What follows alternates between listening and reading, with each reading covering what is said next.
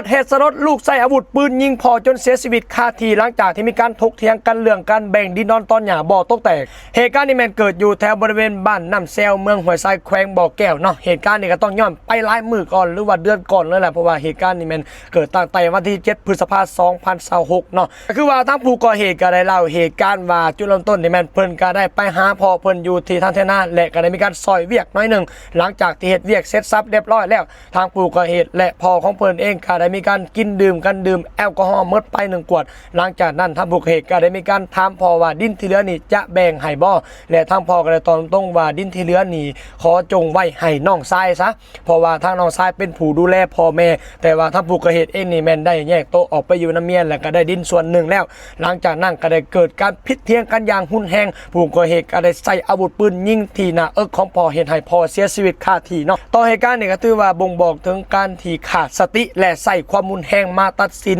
เรื่องในครอบครัวเนาะตัวนี้เนาะเฮาก็ต้องได้ฝากนํกันเนาะต้องมีหยังก็ค่อยๆว่ากันเนาะตัวนี้เนาะเฮาคนในครอบครัวเดียวกันถ้าเกิดเหตุการณ์แบบนี้แล้วมันก็เป็นผลเสียต่อเฮาและครอบครัว